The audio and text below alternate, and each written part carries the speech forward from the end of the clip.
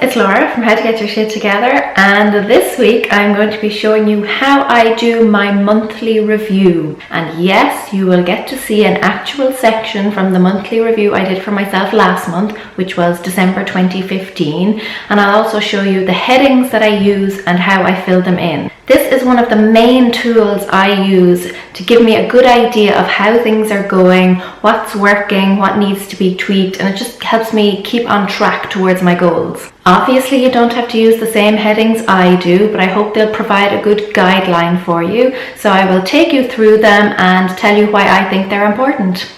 On with the show.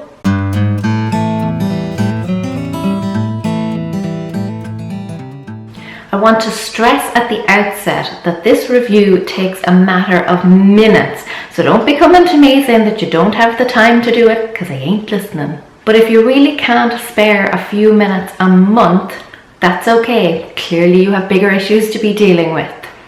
Perhaps you should head on over and have a read of my site.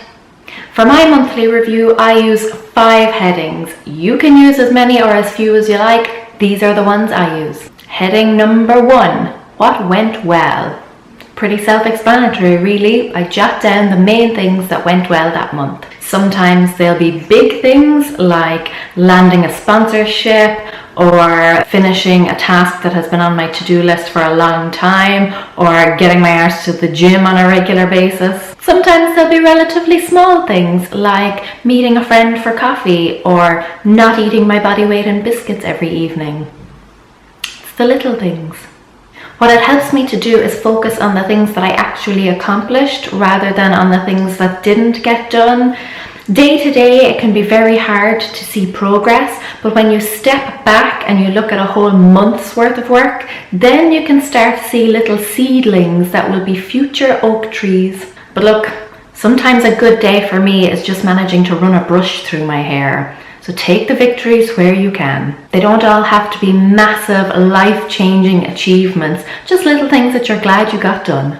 Heading number 2, what could have been improved? Diet and exercise. Every time. Again, pretty self-explanatory, but this heading comes with a huge caveat, and that is that most of the things on this list are to be taken with a pinch of salt. There's always room for improvement in almost every area of your life. I don't care who you are, you could be hot shit, but there will always be one area of your life that is a hot mess. Guaranteed.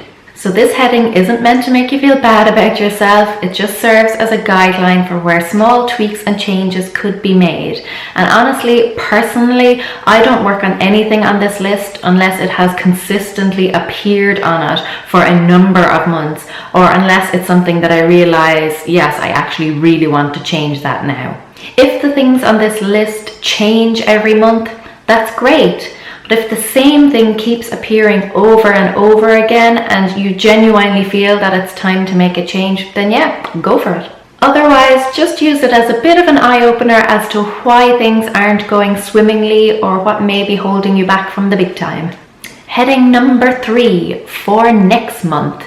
This is where I jot down some things that I want to do in the coming month, and they're usually a mix of work and personal stuff. Some will be more pressing than others and will range from, do work on a project that is due very soon to things like, for the love of God, get some laundry done. It's usually about 10 items long, and again, it's not something I give a lot of weight to because I know from lots of previous experience that life has a funny habit of not going according to plan. But it's a good guideline of things that I would like to do if I have the time, energy and resources. Just a bit of a roadmap that I'm fully prepared to throw out the window about a mile down the road in favour of some off-roading.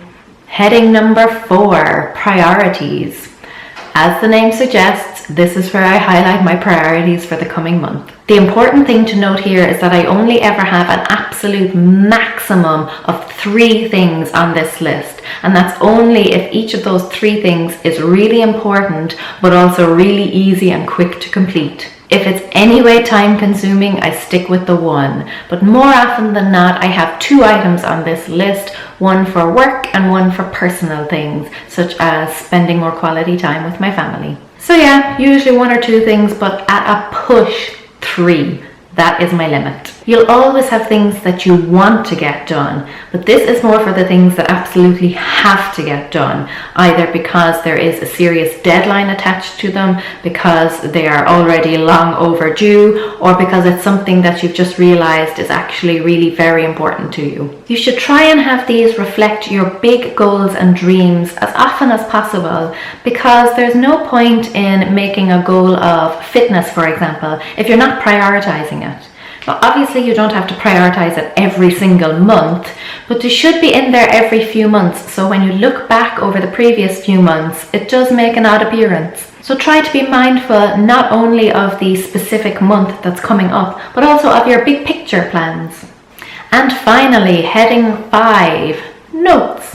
This is where I jot down any thoughts I have both on the month that has just passed and on the coming month. So whereas the previous 4 headings were more of the what, this section is more the how and the why. I might write down things like why I chose the priorities that I did and how I plan to achieve them. It also helps me note down reasons for why things went particularly well, or looking at some reasons for why I fell down on some things.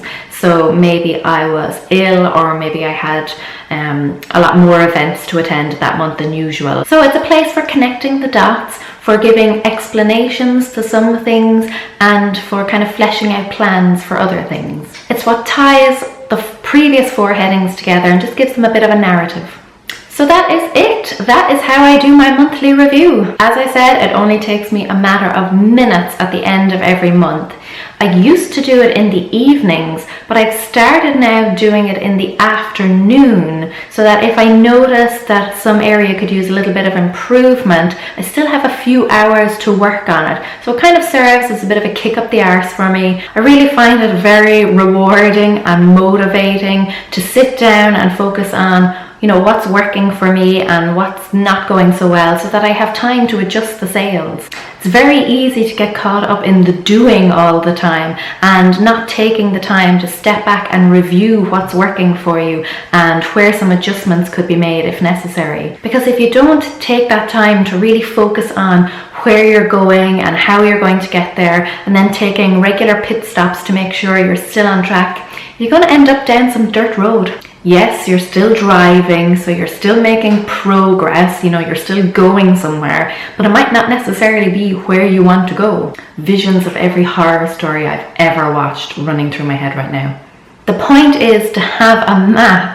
Be prepared to ditch it if you decide on a different destination, or you decide to take the scenic route, but do it deliberately and not because you inadvertently took a wrong turn and now you're running for your life from some machete-wielding maniac. Long story short, the monthly review could save your life. I hope this video has inspired you to start your own monthly review, and if so, why not give the video a thumbs up?